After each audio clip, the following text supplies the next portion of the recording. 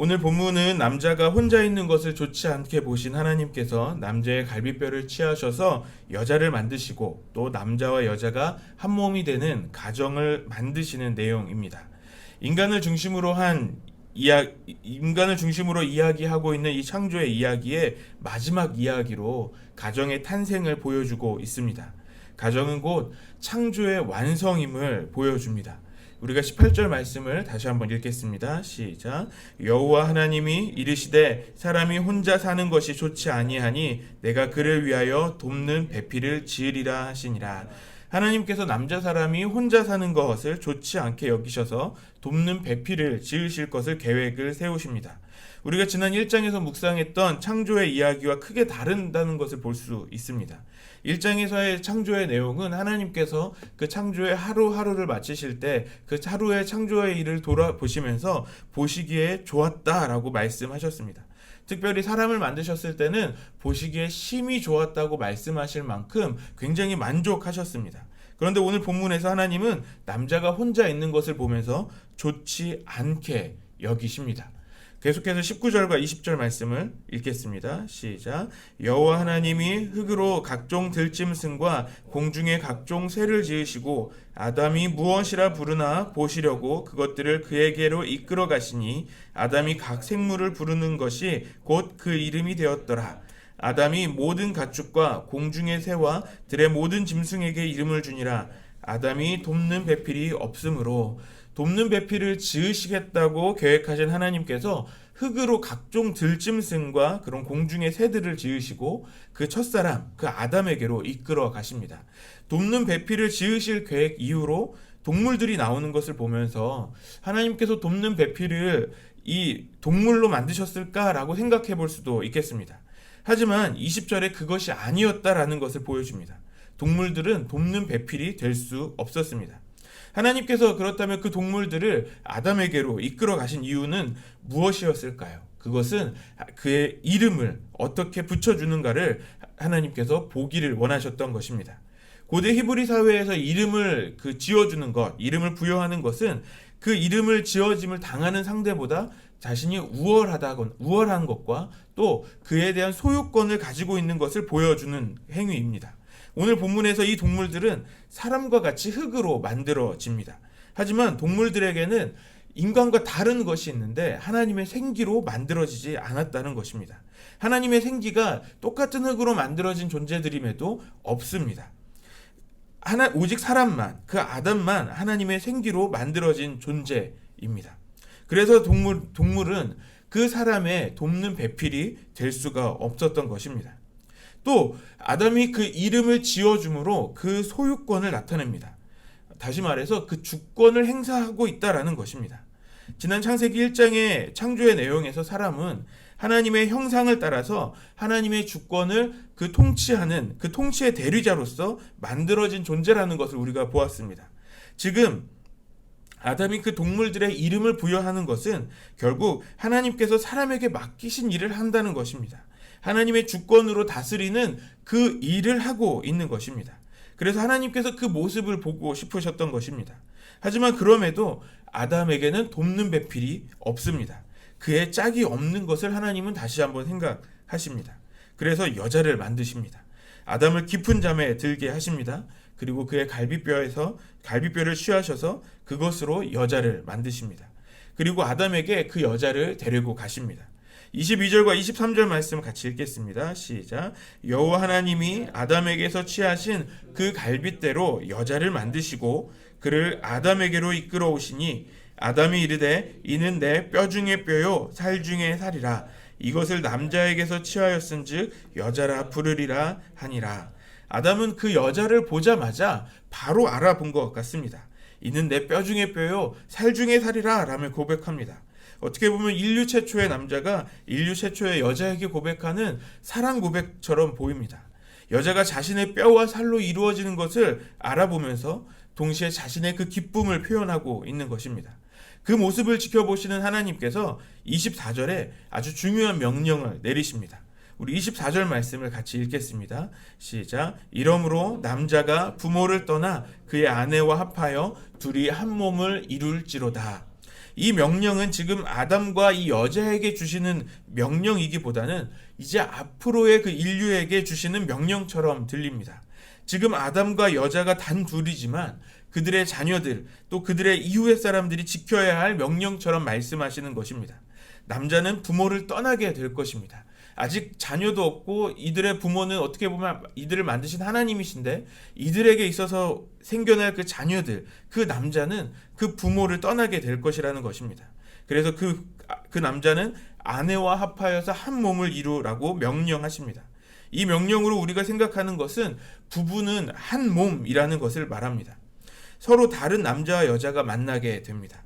남자는 이제 부모를 떠나는 것, 다시 말해서 부모의 보호와 그 통제를 벗어나는 그 독립적인 책임적인 사람이 되는 것을 말합니다. 그렇게 성장한 남자는 자신의 아내를 만나서 한 몸이 되는 그 부부가 되는 것입니다. 23절에 아담이 그 여자를 보고서 기쁨을 이기지 못해 고백했던 것처럼 부부의 관계는 그 사랑을 전제로 하는 기쁨의 관계입니다. 그리고 그 기쁨의 관계의 모습은 25절에 그 모습을 보여주고 있습니다. 25절 말씀을 같이 보시겠습니다. 시작. 아담과 그의 아내 두 사람이 벌거벗었으나 부끄러워하지 아니하니라. 벌거벗었다는 것은 굉장히 수치스러운 일입니다. 하지만 원래 부부의 관계는 그 둘 사이에 어떤 것도 부끄러울 것이 없는, 그러니까 어떤 수치가 없는 관계여야 한다라는 것을 보여줍니다. 우리는 자신의 수치를 숨기고 싶어 합니다. 부끄러운 것을 쉽게 보여주고 싶지 않습니다. 그래서 우리는 서로의 마음을 숨기고 또 숨길 수 있습니다. 조금도 드러나기를 원하지 않는 그런 마음이 있는 것입니다. 하지만 최초의 부부는 서로에게 부끄러울 것이 없었습니다. 벌거벗은 몸도 수치가 되지 않고 있습니다. 왜냐하면 그 몸은 한 몸이기 때문에 그렇습니다. 그 둘은 한 몸이기 때문에 그 남녀가 연합함으로 완전한 몸이 되었기 때문에 그 사이에 어떤 부끄러움이 없게 되는 것입니다. 오늘 본문 말씀을 묵상하면서 보게 되는 것은 이 가정이라는 것은 하나님의 창조의 완성이라는 것을 보게 됩니다. 창조를 하시던 그날들에 하나님은 하루하루 보시기에 좋으실 만큼 만족하셨습니다. 하지만 사람의 혼자됨을 보고 그 남자의 혼자 있는 것을 보고 하나님은 만족하지 않으셨습니다. 하나님의 창조가 완전히 이루어지지 않은 것처럼 보입니다. 하지만 하나님께서 그 남자의 갈비뼈로 여자를 만드셨습니다. 그리고 그 여자를 보면서 기뻐하는 아담에게 앞으로 더 많은 가정들을 이루게 될 것, 그 가정들이 세워지게 될 것을 또 인류에게 명령하십니다. 이제 하나님이 만드신 그 남자와 여자는 서로 연합하여서 한 몸이 되어서 서로 돕는 배필로 살아가야 하는 그 명령을 받게 됩니다. 이제 하나님이 그리셨던 그 창조의 완성이 이루어지는 것입니다. 하지만 현재 우리의 가정의 모습이 오늘 본문과 같지 않을 때가 있습니다. 우리나라의 그 유교의 문화의 영향력이기도 할 수 있겠습니다만 또 히브리 문화 안에서도 여성을 남성에게 종속되는 존재로만 이해했습니다. 또 그런 이 하나님께서 만드신 이 아름다운 가정의 모습이 현대에 그 모습이 잘 드러나지 않는 것처럼 보입니다. 우리는 하나님이 만드신 그 가정의 그 원래의 모습을 회복해야 합니다. 그것을 회복하기 위해서 오늘 우리는 두 가지를 회복해야 합니다. 첫째로 우리는 서로 돕는 그 배필로서의 역할을 회복해야 합니다. 돕는 배필은 여자가 만들어진 목적입니다. 우리가 이 단어를 이해할 때 단지 보조하는 역할로 이해하고 여성을 남성의 그늘에 그 가려진 존재로 이해했습니다. 그런데 이 돕는 배필을 나타내는 이 히브리어 원어는 에제르 케네그도라는 두 개의 단어를 사용하고 있습니다. 여기서 에제르는 돕다라는 단어인데요. 그 뜻을 갖고 있는데 이 도움을 주는 그 대상은 주로 하나님이 도움을 주실 때 사용되어지는 단어였습니다. 우리가 잘 아는 에벤에셀이라는 단어가 있죠. 거기에서 이 에벤에셀은 두 단어가 합쳐진 건데요. 에벤, 돌과 에셀, 돕다라는 단어가 쓰입니다. 이 에벤에셀은 누구의 도우심을 기억하는 것이었습니까? 하나님의 도우심을 기억하는 것이죠. 그래서 이 에제르라는 단어는 신적인 도움, 그러니까 하나님의 도움을 가져온다라는 것을 의미합니다. 또 케네그도라는 단어는 무슨 단어이냐면 서로 마주보는 것을, 그러니까 서로 마주보고 있는 사람을 이야기합니다. 그렇다면 이 두 단어가 맞춰진 돕는 배필은 단지 이 상대방에게 종속되어서 도와주는 그런 도움의 역할이 아니라 함께 마주보고 하나님의 그 도우심을 서로 주는 그런 존재라는 것입니다. 결국 서로가 서로에게 돕는 배필이 되어야 한다라는 것을 말씀하는 것입니다. 이것이 하나님이 원하시는 원래 부부의 모습이라는 것입니다. 둘째, 서로 수치심이 없는 그 깨끗한 관계를 회복해야 합니다. 25절에 벌거벗었음에도 전혀 부끄러워하지 않았다라고 말씀하고 있습니다. 부끄러울 것이 없는 관계입니다.